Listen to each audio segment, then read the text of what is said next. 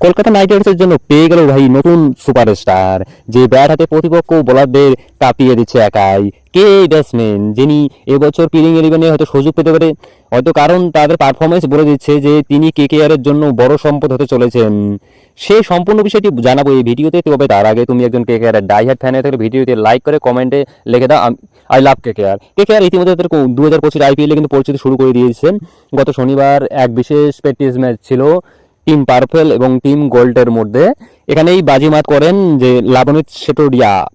হ্যাঁ, ভেঙ্কটেশ আইয়ারের টিমে গোল্ডের হয়ে ব্যাট করতে নেমে 46 রানের একটা বিধ্বংসী ইনিংস খেলেন তিনি, যেখানে তার ব্যাট থেকে একের পর এক বাউন্ডারও বেরিয়ে আসে। আর এই পারফরমেন্স বলে দিচ্ছে যে কেকেআর এর প্লেইং ইলেভেনে সুযোগ পাওয়ার যোগ্যতা।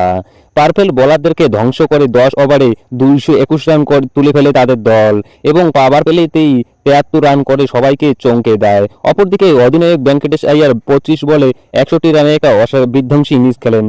সেখানে তিনি 7টা 6 মেরেছিলেন, কিন্তু আসলে এই ম্যাচে চমক ছিল লাবণী শেষুডিয়া। কেকেআর ভক্তদের জন্য এটা একটা দারুণ সুখবর। যদি লাবণী শিশুডিয়া এই পারফরমেন্স ধরে রাখতে পারে, তাহলে কেকেআর এর ব্যাটিং লাইন অফে তিনি একটা বড় ভূমিকা হয়তো রাখতে পারবেন। আচ্ছা, তোমাদের মতামত কি? লাবণী শিশুডিয়া আগামীতে কেকেআর এর জন্য একটা বড় সম্পদ হতে চলেছে?